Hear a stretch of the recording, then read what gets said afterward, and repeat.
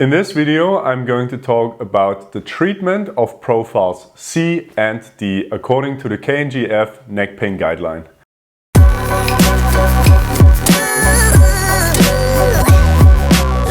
Hi and welcome back to Physiotutors. If you haven't watched the first 6 parts of this video series, make sure to watch these videos first and then come back to this part again.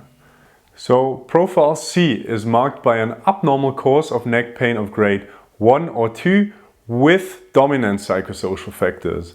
So in this case, our goal is to influence prognostic factors that are related to delayed recovery and especially the psychosocial factors. Your focus should therefore be less on your patient's pain, because this can lead to increased attention of your patient on his pain and pain behavior.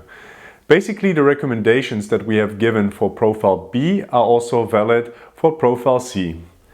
Additionally, you should explain your patient how psychosocial factors like fear, depression, restlessness, kinesiophobia and catastrophizing can have a negative influence on his recovery.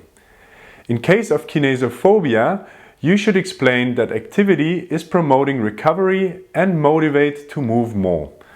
You should continually discuss the influence of psychosocial factors that lead to a delayed recovery in order to evaluate if they have changed or if the influence on a neck pain has become less.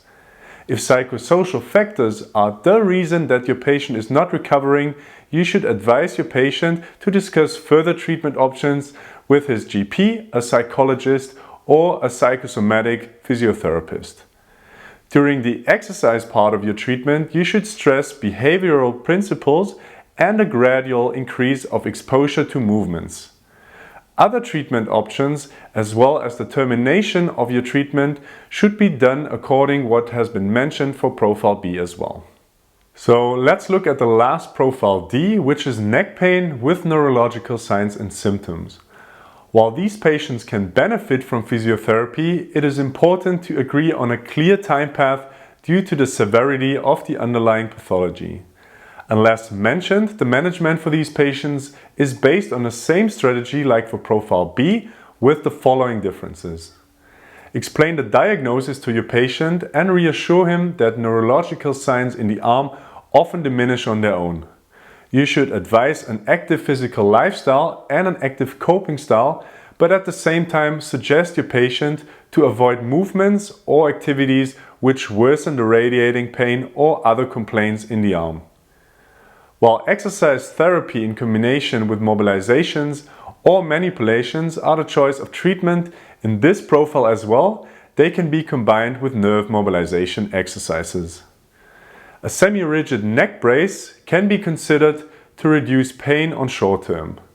However, you should evaluate its effect after 2 weeks and be aware of possible patient dependence, except if the pain is trauma related.